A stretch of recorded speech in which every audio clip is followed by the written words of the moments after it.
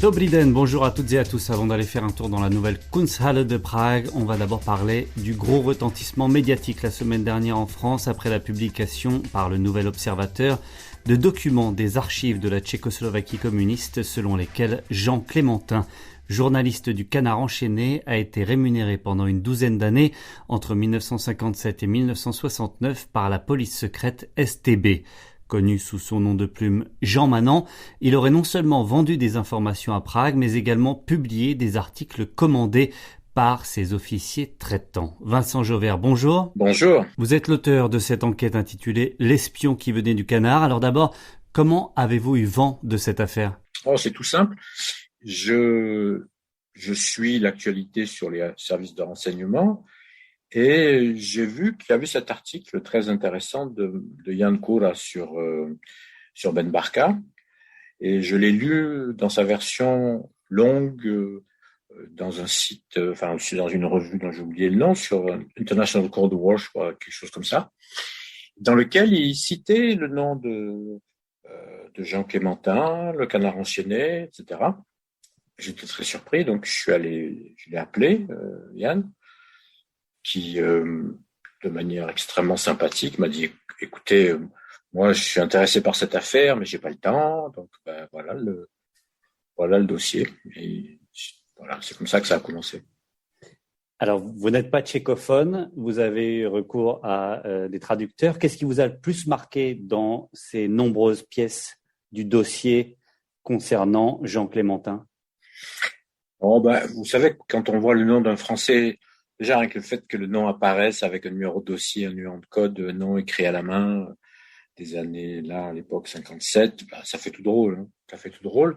Quand on voit le nom du Canard enchaîné, dans des milieux d'un texte que je ne comprenais pas, qui était en tchèque.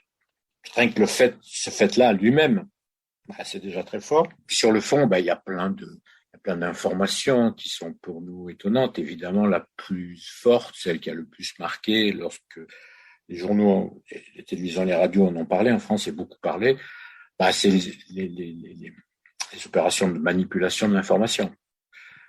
Autrement dit, ce qui a été fait concernant par exemple, un faux testament de politique du chancelier Adenauer, qui a été publié en partie par Jean Clémentin, alors qu'il a été constitué totalement par la STB et qu'il le savait lui-même. Donc voilà, le fait que le Canard enchaîné, évidemment à l'insu de sa direction, ait participé à des opérations de manipulation de l'information, évidemment pour un Français, ça veut dire quelque chose, vu la place du Canard enchaîné dans l'univers médiatique français.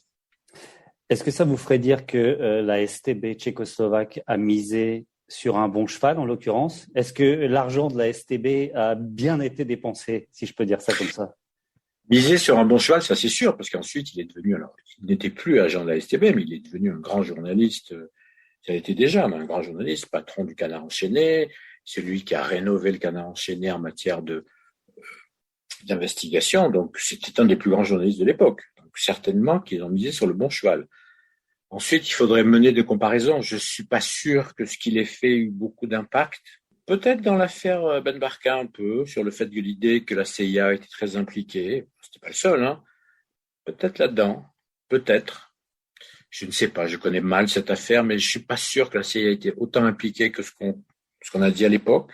Peut-être du fait de la STB, sans doute d'opérations de manipulation du KGB au sens large. Sur Konrad Adenauer, ils le disent eux-mêmes, c'était un échec. Ça n'a pas pris du tout. Ça n'a pas pris du tout. Puis une troisième, alors qui était très localisée, très datée sur les relations franco-américaines en Éthiopie, ça, c'était pas très important. Quant aux informations elles-mêmes qu'il a recueillies, je suis incapable de le dire. Incapable de dire si certaines ont été utilisées à des fins de recrutement. Parce que parfois, c'est le cumul de petites informations pour un service de renseignement qui permet de faire le portrait de quelqu'un et ensuite éventuellement de le recruter sur ses fragilités ou sur son idéologie. Est-ce qu'il y a participé à ça ? En tout cas, c'est le seul Français, ce que je raconte en dehors d'un certain pâté, mais qui n'avait aucun poids, qui jusqu'à présent a été découvert comme agent d'influence rémunéré, identifié avec des preuves agent d'influence, le service de l'Est, comme on disait à l'époque. C'est le seul, à votre connaissance? À part ce Jean Paté qui avait une petite lettre enfin à ma connaissance, même je suis sûr, j'ai discuté avec les gens de la DST, c'est le seul autre qui a été identifié à aujourd'hui avec des preuves. Il y a des soupçons sur d'autres. Le seul avec ce Jean Paté, qui travaillait lui pour le KGB en direct, mais qui avait vraiment pas d'importance. Vous parliez de la reprise par les journaux et télévisions français de cette couverture de l'Obs. Est-ce que ça vous a surpris autant d'impact? Est-ce que c'est l'effet canard enchaîné? Oui, ça m'a surpris. La direction du journal était sûre, elle, que ça marcherait très très bien, au sens marché pour nous, vous savez, hein, on vend un journal. Moi, j'y croyais beaucoup moins, pour dire la vérité, vraiment. Je croyais que c'était une histoire ancienne et je me suis dit, bon, les gens, pour eux, c'est quand même vieux. Oui, c'est l'effet canard enchaîné. Ouais, à tous les coups. On le voit quand il a repris le titre, etc. C'est l'effet canard enchaîné.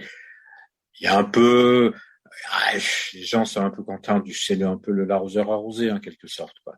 Ce média qui aime tant, et à juste titre, aller fouiller derrière et voir ce qu'il y a, et c'est très bien, et c'est notre rôle de journaliste. Le fait que sur lui-même on découvre quelque chose, évidemment, ça fait plaisir à certains, et en tout cas, ça surprend d'autres. Et en plus, cette histoire absolument rocambolesque d'espionnage, de maîtresse, d'argent. Il faut mentionner les maîtresses, ça fait. Les maîtresses, oui, parce que aussi 5 maîtresses potentielles de Jean Clémentin. Alors là encore, je n'ai pas pu lui parler à Jean Clémentin, donc je ne veux pas je n'ai pas pu faire le contradictoire, comme on dit dans notre métier, donc je n'ai pas pu lui poser la question sur l'ensemble des dossiers, et en particulier sur celui-là. Donc, les services de renseignement tchécoslovaques affirmaient à l'époque qu'il avait 5 maîtresses et donc besoin d'argent. Est-ce que c'est vrai? Je ne sais pas. Est-ce que vous espériez lui parler? Il a 98 ans aujourd'hui. Est-ce que vous espérez encore une réaction? Je pensais, moi, quand j'ai eu la première fois son fils, quand j'ai mis du temps à le trouver, il m'a dit, il était tout à fait avenant. Il m'a dit, je le vois dimanche, je lui en parlerai. Et tout ça avait l'air très sans problème. Et puis au retour, ça a été beaucoup plus dur. Donc, voilà. Mais je n'ai pas eu de sa bouche du fait qu'il ne voulait pas me parler. Même si maintenant, je pense que s'il avait voulu, il avait vraiment l'occasion. Alors, dans votre papier... Pour l'instant, reçu de papier bleu, c'est-à-dire des huissiers disant qu'il y a diffamation ou porte plainte. Pour l'instant. À Prague, en tout cas, ces documents étaient déjà connus. C'est d'abord un historien qui s'appelle Radek Schovanec qui avait sorti cette affaire en 2019. Il avait sorti l'affaire Adenauer. Oui, pas l'ensemble. Avec le nom de Jean Clémentin et d'ailleurs les mêmes photos utilisées. C'est assez étrange. Absolument, je l'ai découvert après en surfant sur le net. Ouais. Je m'en suis rendu compte après, en effet. Et c'est après Jan Koura qui, justement, sur l'affaire Ben Barka dont on parlait tout à l'heure, qui a repris des informations concernant Jean Clémentin. Toutes ces recherches autour de l'assassinat de Mohamed Ben Barka ont, hélas, même avec ce côté presse française, pas abouti à avoir plus d'informations sur le réel, sur les faits. Non, malheureusement, non. Elles sont au Maroc. Je pense qu'en définitive, ça sera au Maroc. Et tant que le Maroc n'ouvrira pas ses archives secrètes, on ne saura pas. J'ai pas travaillé vraiment très peu, donc il me semble pas que les services français en tant que tels et que le gouvernement français en tant que tel ait été responsable le moins du monde, je pense.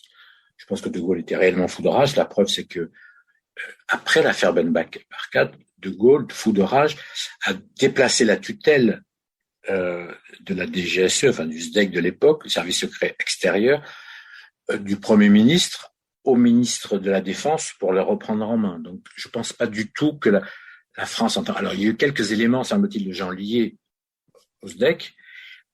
Il semble quand même que ce soit les Marocains. Il semble. Et là, il faut aller voir les archives du Maroc. C'est peut-être pas demain la veille, encore que sait-on jamais. Encore que les dictatures finissent par tomber. Vous en savez quelque chose. Vincent Jauvert, merci beaucoup. À bientôt à Prague, peut-être. Merci à vous. Oui, peut-être. Avec grand plaisir. Avec grand plaisir.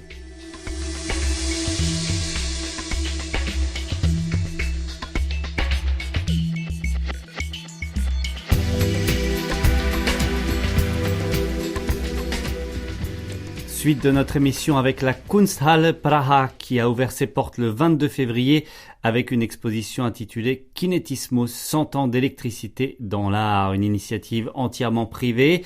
Entre les derniers coups de pinceau et l'installation des premiers éléments de l'exposition, Anaïs Rimbaud a suivi la commissaire responsable des expositions, Christelle Avranek, pour une visite guidée de cette ancienne station de transformation d'électricité située dans le quartier de Mala Strana et reconvertie en lieu d'exposition temporaire dédié à la création moderne et contemporaine. On entre donc par cette entrée principale. À droite, il y a ce qu'on appelle le bistrot, qui sera un restaurant accessible pour les personnes qui n'ont pas forcément de ticket d'entrée pour les expositions, parce que c'est un lieu qui se veut aussi convivial. C'est pas juste un lieu de présentation des œuvres d'art visuel, mais aussi un lieu de rencontre, de découverte. On veut vraiment que ce soit accessible le plus possible et qu'il s'y passe le plus de choses dans cette nouvelle Kunsthalle.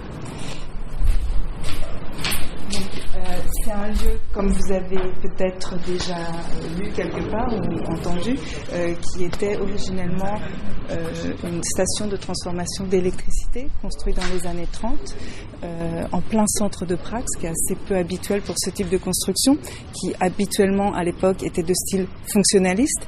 Mais ce bâtiment-là, puisqu'il était placé dans le centre historique de Prague, tout près du château, a une façade qui ne révèle pas en vérité sa fonction. Il a une façade néoclassique et c'est ce qui fait qu'aujourd'hui, en fait, en tant que lieu culturel, finalement, cette façade fonctionne aussi bien qu'elle le faisait à l'époque où il était un lieu industriel.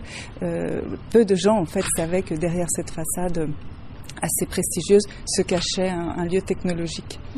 Et du bâtiment historique, la façade a été conservée, mais l'intérieur a été beaucoup remanié. Beaucoup remanié, ça c'est vrai. Alors le plan originel est intact, puisque de toute façon il est impossible d'étendre sur la parcelle d'une manière ou d'une autre, donc le plan est resté intact, mais l'intérieur et la configuration des espaces a été remanié, a été changé aussi pour que ce lieu soit adapté à tout type d'exposition et qu'il soit aussi aux normes en termes d'humidité, de climatisation, c'est assez compliqué.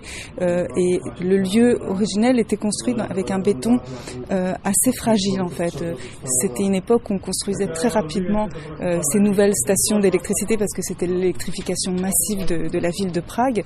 Et les bétons, parfois, dans certains endroits, d'abord à l'Etna par exemple, il y a un problème de ce type, se sont effrités au cours du temps et ils sont très très dangereux. En fait, ils menacent de s'écrouler. Et c'est pourquoi ici, de toute façon, l'intérieur devait être totalement refait. Il aurait pu être refait à l'identique, ça n'a pas été le cas, mais on pense aujourd'hui que c'est vraiment une bonne chose parce que on a un lieu, un des rares à Prague, qui est vraiment adapté à une fonction muséale. C'est pas juste une tentative de combiner un espace ancien avec une présentation contemporaine. C'est vraiment fait pour l'art moderne et contemporain. On peut retourner dans le bistrot si vous avez un petit peu de temps, parce que là, il y a un des rares éléments monumentaux qui soit resté de l'époque industrielle. C'est une grue, mais c'est pas vraiment une grue. Quand vous allez voir ce que c'est, un système de poulies extrêmement important. Ça vient de l'époque des années 30, de l'entre-deux-guerres, où toute cette technologie a été installée dans ce bâtiment pour permettre d'alimenter donc en électricité toute une partie de Prague. Enfin, en fait, c'était des réseaux des trams. Donc toute une partie des réseaux des tramways de Prague était alimentée depuis cette centrale-là. Ça servait à porter, je pense, des éléments très très lourds qui devaient être installés à l'intérieur pour les transformateurs. Donc ça, c'est ce qu'on appelle le bistrot, comme je vous ai dit, qui sera un lieu de restauration semi-rapide. On pourra s'y asseoir évidemment, mais c'est pas un restaurant chic, c'est un lieu, une sorte de cafétéria en fait. Donc où on pourra faire aussi des événements ponctuels, des concerts et peut-être des projections, parce que ce qui est très important, on pourra peut-être en parler plus tard, le concept de la Kunsthalle, c'est vraiment d'avoir un lieu très vivant où il n'y a pas seulement des expositions sur le long terme, sur la longue durée, mais aussi des événements ponctuels qui viennent animer le lieu très régulièrement. Nous avons 3 lieux d'exposition dans ce bâtiment qui sont à peu près de même dimension mais de configuration très différentes. On a par exemple ici un lieu qui n'a pas la lumière du jour, très vaste avec des plafonds très hauts. Au-dessus de nous on a un lieu beaucoup plus éclairé et avec un plan beaucoup plus géométrique, moins complexe que celui-là, et tout en haut on a une 3e galerie qui elle est ouverte d'une immense fenêtre sur l'arrière du bâtiment, sur un peu la végétation en fait. On ne se rend pas compte quand on est ici, mais derrière nous il y a un parc et vous allez voir, c'est assez joli. Notre programme sera toujours conçu d'une manière à avoir 2 expositions en parallèle. Une plus grande exposition qui occupera donc les 2 espaces dans lesquels nous sommes et une exposition de format plus restreint qui sera au 3e étage. Donc pour l'ouverture, on a une grande exposition thématique, comme je vous l'ai dit, consacrée à l'électricité dans l'art, qui commence avec des œuvres des années 20, avec les pionniers du cinétisme, en fait, de l'art cinétique, et qui se termine avec les expériences contemporaines, avec l'intelligence artificielle. Vraiment, le concept de la Kunsthalle, je pense que c'est la meilleure manière de définir ce qu'on va faire. C'est un lieu d'exposition temporaire, dédié à la création moderne et contemporaine. Je dis moderne et contemporaine parce que on va pas se cantonner à l'art d'aujourd'hui, c'est très important pour nous, mais on va aussi présenter l'art du XXe siècle, d'artistes qui ne sont plus parmi nous, mais on veut montrer cette continuité entre le début du siècle passé, qui était justement ce moment complètement fou de modernisation des villes et l'art d'aujourd'hui. Donc c'est important pour nous d'avoir quand même ce contexte un petit peu large historiquement et aussi géographiquement. Mais ce ne sont que des expositions temporaires qui ne sont pas réalisées à partir de la collection du fondateur. Et au niveau des artistes exposés, ce sera essentiellement des artistes tchèques ou est-ce qu'il y aura nécessairement une dimension européenne, internationale ? Alors, pour nous, c'est très important de travailler avec les artistes du pays. Enfin, c'est vraiment la base de notre projet. Mais les mettre en perspective la création de République tchèque et pragoise dans un contexte encore géographique plus vaste, historique plus vaste, c'est aussi notre mission.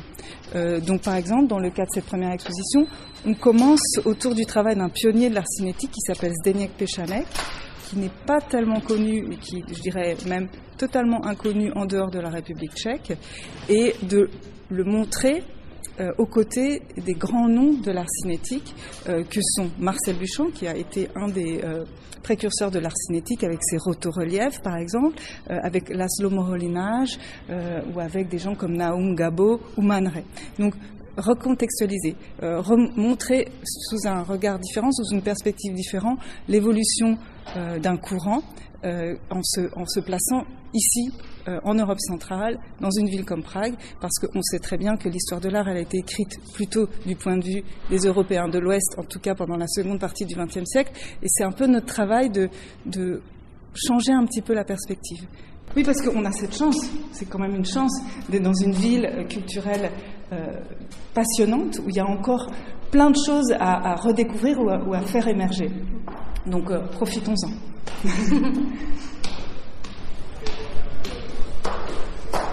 Donc voilà, on a vraiment des œuvres à la fois immersives ou des sculptures cinétiques, on a du cinéma. Enfin, en fait, le dénominateur commun de cette exposition, c'est vraiment une œuvre qui fonctionne à l'électricité. C'est vraiment ça. Donc, ce qui est très complexe, mais c'est intéressant aussi de voir tout ce que cette énergie-là, cette nouvelle énergie, a pu avoir comme impact dans la création du siècle qui vient de passer.